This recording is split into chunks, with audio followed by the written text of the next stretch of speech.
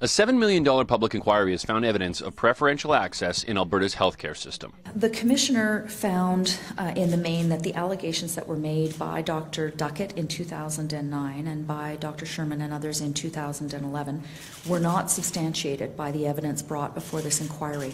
And in fact, the inquiry did find, and the Commissioner makes specific findings of instances of improper preferential access found on the evidence before him.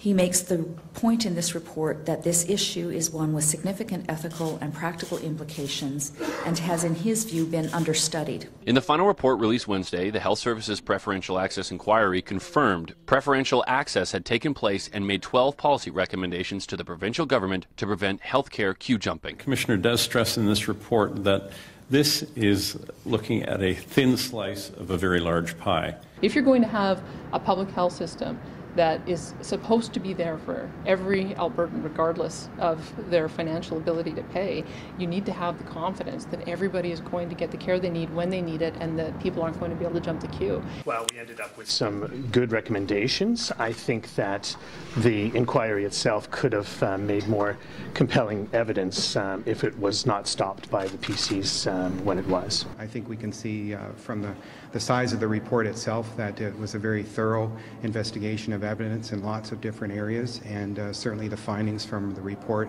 are going to help us do what we set out to do, which is ensure that Albertans can have confidence in the healthcare system that they depend on. These are the recommendations. Strengthen the queue jumping provisions of the Healthcare Protection Act. Expand the whistleblower protection. Clarify the scope and application of professional courtesy. Reduce wait times. Develop and implement wait list management strategies. Develop standardized referential procedures and booking systems.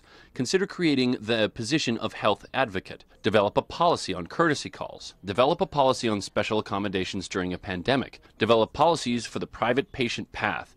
Strengthen access, triage, and booking procedures, as well as develop a policy on preferential access. We've accepted those recommendations to address them. So, in the end, this is really about Albertans being able to have confidence in the healthcare system that they depend on.